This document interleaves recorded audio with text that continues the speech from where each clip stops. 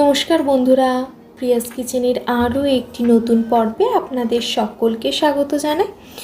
আজ আমি আপনাদের সাথে জন্মাষ্টমী স্পেশাল মালপোয়ার রেসিপি শেয়ার করব। তাহলে চলুন এবার রান্নাটা শুরু করা যাক। মালপোয়া বানানোর জন্য আমি প্রথমেই মালপোয়ার ব্যাটারটা রেডি করে নেব, যার জন্য একটা মিক্সিং বোলে দিয়ে দিচ্ছি ময়দা 1 কাপ, সুজি 1/2 কাপ, 1/4 কাপ চিনি। আপনারা মিষ্টিটা নিজেদের স্বাদ অনুযায়ী বাড়িয়ে নিতে পারেন। আর দিয়ে দিচ্ছি 1/4 কাপ মতো মিল্ক পাউডার। সব কিছু ভালোভাবে মিশিয়ে নিচ্ছি। দিয়ে দিচ্ছি কিছুটা পরিমাণে দুধ। একটু একটু করে দুধ দিয়ে ব্যাটারটা বানিয়ে নিচ্ছি। আমি এখানে মোট 1 কাপের মতো দুধ ব্যবহার করব।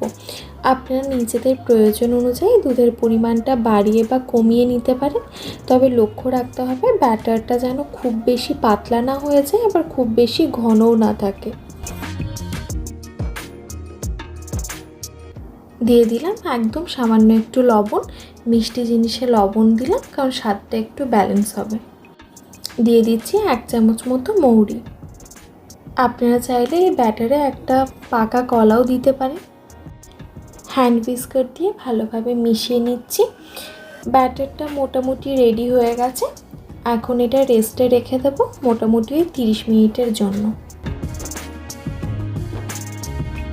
পরবর্তী পর্যায়ে এবার মালপোয়াগুলো ভেজে নেব, যার জন্য একটা কড়াই খুব ভালোভাবে গরম করে নিয়ে দিয়ে দিচ্ছি বেশ কিছুটা পরিমাণে রিফাইন্ড তেল।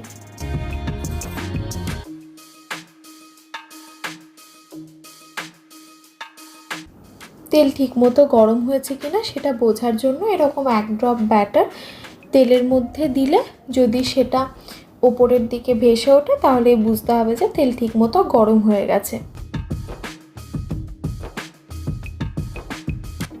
এরপর তেলের মধ্যে 1 ডাবু মতো মালপোয়ার ব্যাটার ছেড়ে দিচ্ছি।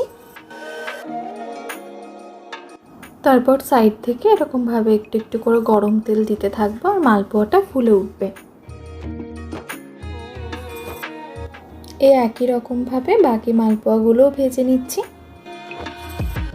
আপনারাও একবার এরকমভাবে বাড়িতে বানিয়ে দেখবেন, কেমন লেগেছে আপনাদের সেটা কমেন্ট বক্সে জানাতে ভুলবেন না যেন।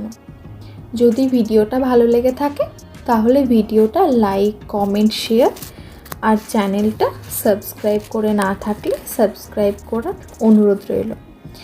আবারও দেখা হবে আরও অন্য একটা ভিডিও নিয়ে। ধন্যবাদ, ভালো থাকবেন।